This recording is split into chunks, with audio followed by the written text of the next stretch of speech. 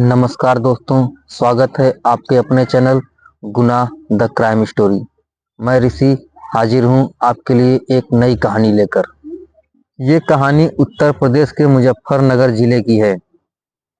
मुजफ्फरनगर का रहने वाला धर्मेंद्र सुबह सुबह अपने घर से स्कूटी लेकर निकलता है। कहाँ जाता है घर वालों को नहीं बताता, पर सुबह से शाम हो जाती है और शाम से रात हो जाती है। धर्मेंद्र का कहीं अता पता नहीं चलता। घर वाले धर्मेंद्र के मोबाइल पर लगातार फोन करते हैं, पर उसका मोबाइल स्विच ऑफ बताता है। धर्मेंद्र एक ऑटोमोबाइल शोरूम में काम करता है। घर वाले वहां भी पता करते हैं तो पता चलता है कि आज तो वह यहाँ आया ही नहीं। घर वाले, नाते, रिश्तेदार हर जगह वह पता करते हैं, पर धर्मेंद्र का कहीं भी पता नहीं चलता। अंत में थक हार कर घर वाले पुलिस के पास जाते हैं और धर्मेंद्र की गुमशुदगी की रिपोर्ट दर्ज कराते हैं। पुलिस केस दर्ज करने के बाद धर्मेंद्र को ढूंढने में लग जाती है और लोगों से पूछताछ करती है, पर कोई कामयाबी नहीं मिलती। पुलिस अब धर्मेंद्र का पता लगाने के लिए सीसीटीवी फुटेज का सहारा लेती है। तो धर्मेंद्र अपने घर से कुछ ही दूरी पर एक सीसीटीवी कैमरे में स्कूटी से जाता हुआ दिखाई देता है।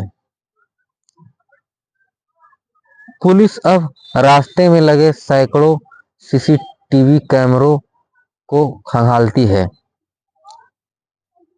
तो पता चलता है कि धर्मेंद्र अपनी स्कूटी से ए टू जेड कॉलोनी की तरफ गया है।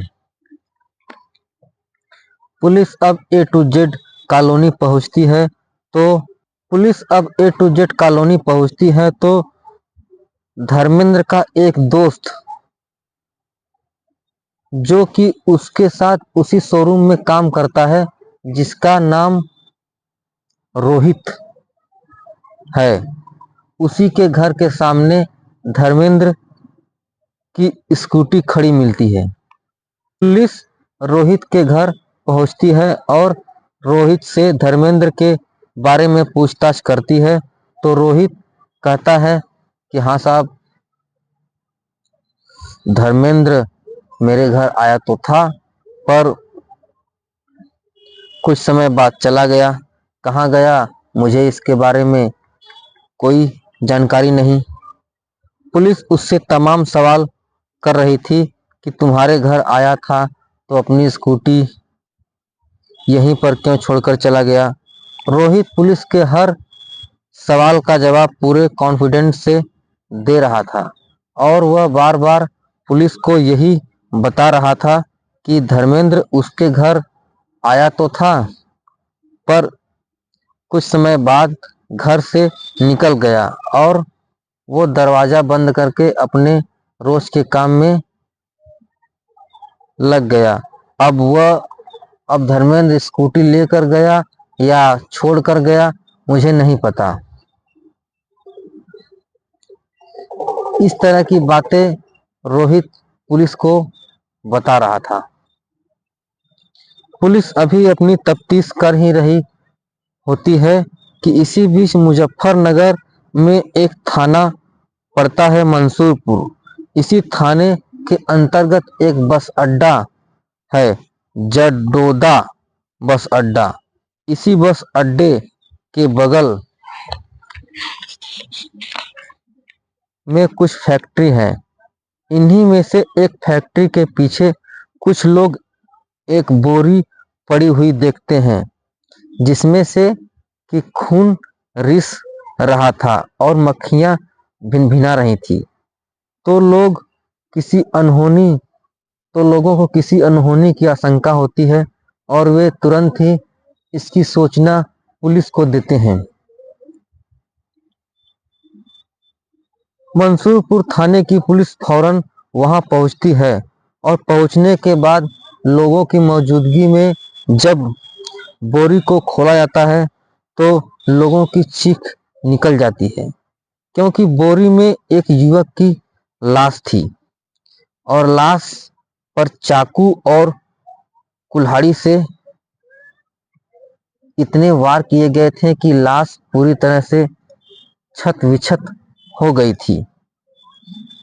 ऐसा मंजर देखने के बाद पुलिस पुलिस इस लाश की पहचान करने में जुट जाती है। लाश की पहचान नहीं हो पाती। इसी बीच पुलिस को पता चलता है पास के थाने में एक युवक की गुमशुदगी की रिपोर्ट कुछ दिन पहले ही दर्ज हुई है, जिसका नाम धर्मेंद्र है। कहीं ये लाश उसकी तो नहीं। पुलिस इस बात को कंफर्म करने के लिए धर्मेंद्र के घर वालों से संपर्क करती है और कहती है कि हमें एक लाश मिली है, आकर आप शिनाख्त कर लीजिए, कहीं ये बदनसीबी से आपके घर का बेटा धर्मेंद्र तो नहीं। घर वाले आते हैं और लाश को देखते ही बदहवास होकर रोने बिलखने लगते हैं।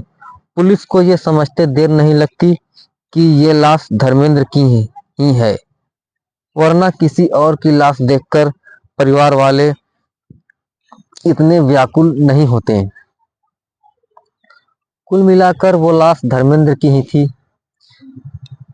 अब पुलिस सोचती है कि धर्मेंद्र स्कूटी से घर से निकला और उसकी लाश यहाँ। चूंकि आखिरी बार धर्मेंद्र रोहित के घर पर ही गया था, तो पुलिस इस बार रोहित से फिर पूछताछ करती है। चूंकि धर्मेंद्र की लाश बरामद हो चुकी थी, तो पुलिस इस बार रोहित से सख्ती से पूछताछ करती है। पहले तो रोहित वही पुरानी कहानी बताता है, लेकिन पुलिस के आगे जल्द ही टूट जाता है और कबूल कर लेता है कि उसी ने ही अपने जिगरी दोस्त धर्मेंद्र की हत्या कर दी है। अब सवाल उठता है कि रोहित ने अपने ही दोस्त और काम करने वाले धर्मेंद्र का कत्ल क्यों किया, और धर्मेंद्र स्कूटी से उसके घर क्यों गया था। जब इस बारे में पुलिस रोहित से पूछताछ करती है, तो वह जो कहानी बताता है वह काफी ही विचलित करने वाली होती है।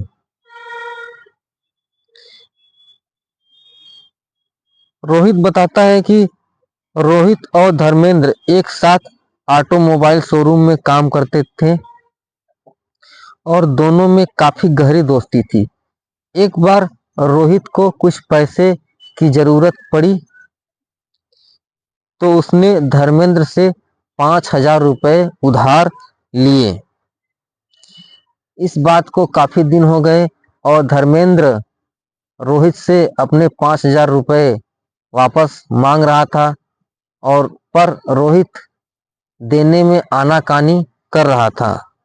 लेकिन 26 जुलाई दिन शनिवार को रोहित ने धर्मेंद्र को फोन किया कि तुम आ जाओ और मेरे पास तुम्हारे 5,000 पड़े हुए हैं, आकर ले जाओ। धर्मेंद्र को लगा कि चलो बहुत दिन से पैसा मांग रहा था, आज दे रहा है तो जाकर ले आऊं। ये सोचकर धर्मेंद्र स्कूटी से रोहित के घर पहुंचा। धर्मेंद्र को लगा कि चलो बहुत दिन से पैसा मांग रहा हूं, आज दे रहा है तो ले आऊं। ये सोचकर धर्मेंद्र स्कूटी से रोहित के घर पहुंचा। बातचीत होने लगी। रोहित धर्मेंद्र के लिए पानी ले आया। धर्मेंद्र पानी पीने लगा। इसी बीच रोहित की नजर धर्मेंद्र के पास पड़े 3,70,000 रुपयों पर पड़ी। ये जो रुपए थे ये धर्मेंद्र के तो नहीं थे। धर्मेंद्र जहां काम करता था उस ऑटोमोबाइल शोरूम के मालिक के पैसे थे, जिन्होंने उस पैसे को धर्मेंद्र को बैंक में जमा करने के लिए दिया था। तो धर्मेंद्र ने सोचा कि चलो ऐसे ही चलते हैं और रोहित के घर से पैसा भी ले लूंगा और ये चल करके बैंक में जमा कर दूंगा।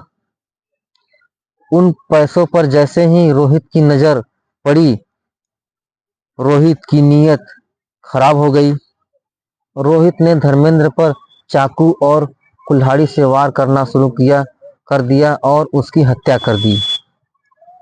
अब रोहित ने धर्मेंद्र के पास रखे 3,70,000 रुपए तो ले लिए। अब वह लाश को छुपाने की कोशिश करने लगा। घर के फर्श पर खून ही खून बिखरा हुआ था, तो पहले उसने घर के फर्श को अच्छी तरीके से साफ किया।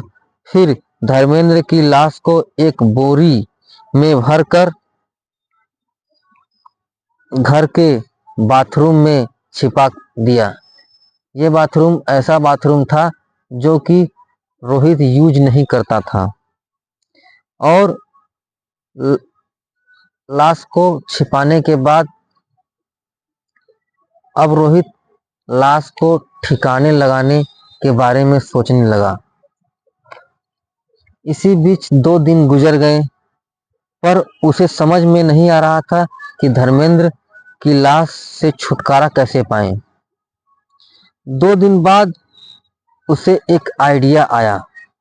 वो आइडिया ये था कि शहरों में अक्सर आपने देखा होगा कि कूड़े का रिक्शा या कूड़े का मिनी ट्रक लेकर जो कूड़ा उठाने वाले लोग होते हैं वो आते हैं।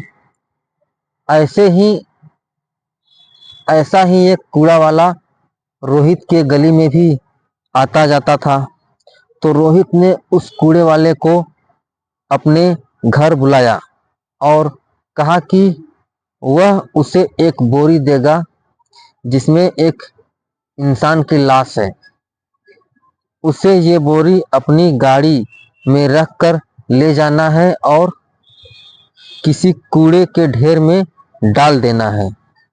और इसके बदले में उसने कूड़े वाले को 50,000 रुपए देने की पेशकश की। अब एक कूड़ा उठाने वाले को 50,000 के बदले सिर्फ एक बोरी को फेंकने का काम मिला, तो वह तुरंत ही तैयार हो गया। उसने 50,000 रुपए लिए और कूड़े वाले ने रोहित से 50,000 रुपए लिए और लाश को अपने ट्रक में डालकर वहां से निकल गया और फैक्ट्री के पीछे ले जाकर बोरी को फेंक दी और वहां से चला गया। अब रोहित को लगने लगा कि अब वह नहीं पकड़ा जाएगा, क्योंकि उसने लाश को ठिकाने लगा दिया। यह सोचकर वह निश्चिंत हो गया। लेकिन पुलिस ने जब जांच पड़ताल की तो पता चला कि आखिरी बार धर्मेंद्र रोहित के ही घर आया था। और अब पुलिस ने दोनों की कॉल डिटेल भी निकलवाई, जिससे दोनों की बातचीत का भी खुलासा हो गया। अब रोहित के पास बचने का कोई रास्ता नहीं था। तो उसने न सिर्फ अपना जुर्म कबूल किया, बल्कि किस तरह से लाश को ठिकाने लगाया ये भी उसने पुलिस को बताया। आखिर 3,70,000 के बदले उसने अपने ही जिगरी दोस्त का कत्ल कर दिया। अब वो पैसे भी चले गए और जिंदगी भी जेल में ही कटेगी। आज की कहानी में सिर्फ इतना ही। मिलते हैं कल किसी और कहानी के साथ। तब तक सावधान रहिए, सुरक्षित रहिए। जय हिंद, जय भारत।